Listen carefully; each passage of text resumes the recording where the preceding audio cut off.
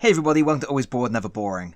A few weeks back I made a video covering the fact that in White Dwarf issue 496, Games Workshop were publishing new rules for the much maligned, often overlooked and somehow still rather excellent Warhammer Quest Cursed City. Well, I was in my local newsagents last week and they had said magazine on the shelf, so I picked it up to check out those new rules for myself. That means in today's video we have 8 new heroes to look at, plus a new empowerment, giving you a lot more team building options for when you want to head to Ulfenkarn to give Radukar a spanking. First though, to be clear, these 8 new heroes are all from the Cities of Sigmar range, and unless you are using proxies or homemade standees, you are going to need to buy 3 miniature packs. The first is the Freeguild Marshal with Relic Envoy, which is £27.50 from Games Workshop Direct in the UK. This set includes 2 characters. The Marshal has a range of build options including guns, but for Cursed City you want to give him a sword or hammer, as all of his attacks are at close range.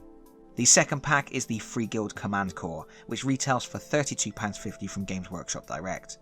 That set comprises 5 characters plus a little Gargoylian companion, and yes, White Dwarf does include rules for the Gargoylian. The final character is the Alchemite Warforger, which is an online exclusive character that retails for £22.50. All told, at full retail price, you are looking at a total cost of £82.50. So yeah, unless you really love the miniatures and want to paint them, you have additional uses for them in role-playing games or tabletop war games, or you already have them as part of a Cities of Sigmar force, I think the cost of entry is probably too much just to add some new heroes to Cursed City. But if you are considering adding these new heroes to your ranks, what are they actually bringing to the table? First up we have Kilja Skaldabrin. And I really hate pronouncing Age of Sigmar names. Stats are move 3-4, d6 agility and d8 defense and vitality. 2 options for melee attacks using d8s and 2 unique abilities. We have blazing weapons, which requires an action dice with a 6 and it can only be done once per turn. You pick a weapon action belonging to another visible hero and that weapon becomes blazing, meaning all successes count as crits with it until the end of the turn. That's an okay buff. If you can drop it on someone who rolls a lot of weapon dice, you can get some decent damage output over the course of the round. We also have Runic Crucible. During the Gambit step, the hero can stoke or expend their Crucible. Hardly seems like the appropriate time or place, but whatever. Stoking will boost the character's defense to a d12, while expending will increase his vitality to a d12. I like that as it means he can adapt, upping defense when a lot of incoming attacks are expected, or boosting vitality when he needs to shake off some wounds and get back to business. Best of all, this ability is passive, so it doesn't require a dice to activate. Kilja inspires by gaining inspiration points when enemies are killed by blazing weapons. When he does, his agility improves, although he still has to rely on his Crucible to improve his defense and vitality. He also starts rolling 2d8 for attacks and gains Transmutation of Lead. It requires a dice with a 4+, and can only be used once per turn, but it nerfs a visible enemy, reducing all their weapon actions to a single d6. However, this rule seems to be missing some important information, because it says that to perform the action you roll a dice, and if it's successful the target is nerfed. But what dice do you roll? I assume the intention is to roll an attack dice, but they all have different probabilities of success. Unfortunately, the poor rules writing doesn't end there. Next up we have Gerhard Dusin, our Marshal. He has a move of 3-4, d6 agility, d12 defense and d8 vitality, so he's relatively tanky. He has 1 melee weapon which rolls a d12 and inflicts up to 3 wounds on a crit.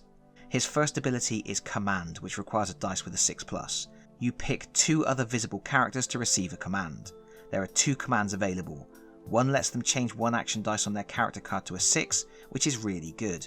You can effectively spend one of Gerhardt's 6s to ensure 2 other characters have access to 6s this turn. The second command, well, it's quite badly worded. The exact wording on the card is, when a hero receives a command, remove 1 activation dice from this character card and place it on an available empty space on this hero's character card with the same score. I believe that means Gerhardt passes one of his dice to the other character. That seems the most logical interpretation to me anyway. His second ability is Rousing Speech, requires a 3+ dice and only works once per turn. Roll a d12 for each other hero on the same board tile. On a success or crit, the hero can make 1 weapon action, but that weapon action is not free, they still need to spend a dice to do it. This is okay, I guess. If monsters have got the drop on the heroes and the heroes are going to take a lot of whacks before it's their turn to activate, this is a way to get a few hits in first. But the heroes still have to spend dice as normal, and it relies on Gerhardt being early to activate in the round with a suitable dice to spend. To make things worse, Gerhardt will inspire by gaining inspiration from monsters killed as a result of his rousing speech, which is going to force him to use an ability which seems a bit situational at best, just so he can inspire. And you really do want Gerhardt to inspire, because once he does, he gains Will of Steel. From then on, each time he spends an activation dice, you roll it, and on a 6 you get to put it back on his character card with the 6 showing. This could potentially get you a lot more actions in any given turn, but also lets you perform more command actions, helping to generate more 6s across the whole team. Overall, very much a leader with supporting abilities, and doesn't look like the most fun to play. Moving on, we have someone who left a bunch of their vowels at home, Brinta Vossheim. This is the Relic Envoy. Move 3-4, D8 agility, D8 defense and D6 vitality, 1 melee weapon attacking using a D8. His main ability is Raise Relic, which requires a 6+ dice. Roll a D8 for each visible hostile. On a success or crit, deal 1 damage that cannot be ignored or reduced. That is an excellent ability, and because it requires 6s, it does mean the Envoy pairs well with Gerhardt, who can use his command action to ensure Vossheim has the activation dice he needs. Vossheim also has the Relay Communication skill, a passive ability that buffs adjacent fighters to a D12 agility during the Gambit phase. That doesn't sound like much, but being able to control the Gambit phase is very important, and it will let Vossheim boost Gerhardt's pathetic D6 agility, improving his chances of being early in the round when his abilities are more valuable. Vossheim gains 1 inspiration for each enemy killed after the first from using his Raise Relic ability, and once he's inspired, Raise Relic becomes easier to trigger, he gets a boost to agility and vitality, and he gains the Relic of Sigmar ability, which is excellent. It requires a dice with a value of 4+ and can only be used once per turn, but until the end of that turn, all heroes on the same board tile add an extra D6 to their weapon attack rolls. For me, Vossheim is a strong character, an AoE attack that bypasses all defenses, a solid boost to attack rolls, and better control over the Gambit step. All good stuff. Next up we have Andrin Landhold, who seems a little boring to me. Move 3-4, D6 agility, D12 defense and D8 vitality. 1 melee weapon attacking with a D8. 1 ability is standard, called Take a Stand, which requires a 6+ dice to activate. Once used, the character can no longer take move actions. This clearly means until the next time they activate, although that isn't what the rules say. Then, until the next time Andrin activates, weapon actions by other heroes on the same board tile gain a D8, and Andrin's defense characteristic gains a D8.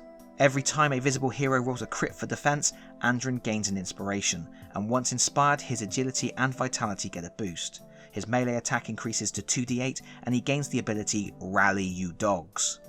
This ability is kind of weird. It requires a 6+ dice and only works once a turn. Each other hero on the same board tile rolls an activation dice for each wound or grievous wound on their character card. On a 3+, they place that activation dice over the wound counter, and they can use it until the end of the round to make regular moves or weapon actions. In effect, they become inspired to fight harder, but the wounds aren't healed, they are only temporarily replaced with activation dice. Overall, I think this character feels a little weak. I don't like abilities that prevent movement. Cursed City is very fast paced, and you need to keep moving all the time. Also, while Rally You Dogs can be very useful in the late stages of the game when the heroes are getting beaten up, I would rather see an ability that heals that damage. In some ways, Andrin is similar to Vossheim, and I would take Vossheim any day of the week for the AoE attack and agility boosts. Then we have Grimstant Arnhecht, the Massive Knight, and probably the nicest looking miniature out of this bunch. Move 3-4, D6 agility, D12 defense, D8 vitality. 2 weapon attacks, both melee. One hits with a D12 and does 1 damage as standard or 3 damage on a crit. The other is harder to pull off, requiring an activation dice of 3+, only rolls a D8 but does 2 damage as standard or 4 on a crit. So there is some risk versus reward baked into the character's design. His first ability is the wonderfully named Not One Step Closer Fiend, which only requires a dice with a 1+ value. The rules say this ability can be used once after a hostile ends a move action adjacent to the hero. I think that was meant to say once per turn. When Arnhecht subsequently activates, he gets to add +1 standard damage or +2 critical damage to all weapon actions directed at the hostile that triggered the ability. That's as much as 6 damage per crit on his almighty swing ability, making him a great choice for taking down the big bosses. He also has the ability Make Way. This is a passive ability that triggers the first time in each round that another hero within 3 spaces of Arnhecht would be picked as the target of a hostile weapon action. Arnhecht can move up to 3 spaces if he can get into a position where he could be targeted by the weapon action instead, and then the hostile must pick him to attack. That's a nice team-focused tanky thing to do. As a bonus, if he takes damage from the attack he soaked for a teammate, he gains 1 inspiration point. Unfortunately, that means Arnhecht for the most part is quite difficult to inspire. His inspiration relies on being in a position to trigger Make Way and then failing the defense roll.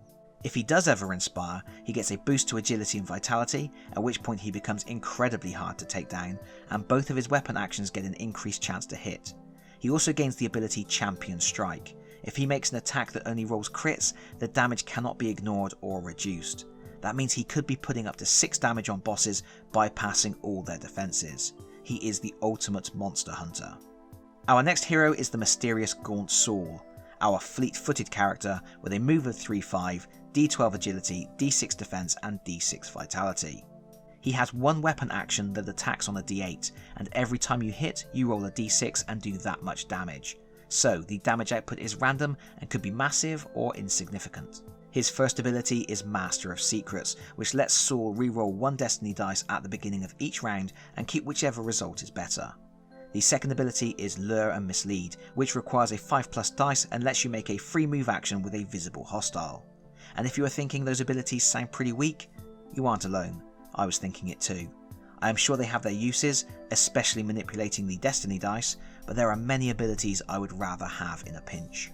Saul gains inspiration points when rolling a 6 for the damage of his rapier, and the first time in each turn that a 6 is placed on the destiny board. That should enable him to level up pretty quickly, at which point he gets a buff to his vitality and gains the extra ability Puncturing Lunge. This lets you reroll 1s when rolling for the damage characteristic of your rapier, but if you roll a 1 again, the rapier gets stuck in the hostile and you can't make any more melee actions that turn. Random damage, generally weak abilities, and a chance to lose all your attacks for the turn make this a character I would absolutely bench every game. And talking of benching heroes, next up we have War Surgeon Vinder, another character to leave at home. Move 3-4, D6 agility, D8 defense and D8 vitality. 1 melee attack, attacking with a D8 and doing 2 damage or 3 on a crit. He has a healing ability that requires a 6+ dice. You pick an adjacent hero, then roll a D6 for each wound or grievous wound counter they have. On a 2+, remove the wound counter. On any other result, the wound or grievous wound becomes a grievous wound that cannot be removed by any means until the end of the current journey. Vinder's second ability seems poorly worded. It says the first time each turn that a hero on the same board tile as Vinder removes a wound or grievous wound counter from their character card, that hero regains 1 activation dice with a score of 6. The use of the word regain and the overall phrasing implies that this skill allows the hero to recover a 6 they have already used this round, but I think the intent is that they simply gain a new activation dice to replace one of the removed wound tokens and they set it to 6. I have to say, I feel that in a lot of cases the wording on these cards could be much tighter. Still, Vinder rolls a d8 each time a wound or grievous wound is removed from a hero, no range is specified so I assume that's a hero anywhere on the board, and on a success or crit, Vinder gains an inspiration point. Once inspired, his vitality and weapon action improve and he gains the ability Oh Stop Squirming. Each time a hero on his board tile makes a recuperate action, they can ask Vinder for help. They roll a d6 and on a 3+, the recuperate action is free. Otherwise, allocate 1 damage point to that hero. Overall, I don't like this character at all. The abilities are too random, with too much risk of serious ramifications. Our final hero is Beckner and Clarius. Move 3-4, D6 agility, D6 defense, D8 vitality. 1 melee weapon action rolling 2d6, and 1 ranged weapon action that needs a 4+ dice and rolls a d8.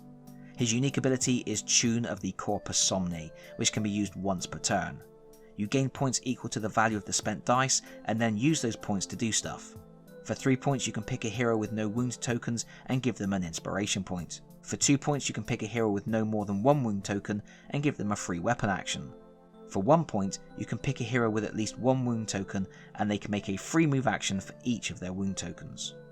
Each time you spend at least 4 points in a turn, Beckner gains 1 inspiration point, and after inspiring he gets a boosted defense and his ranged attack improves.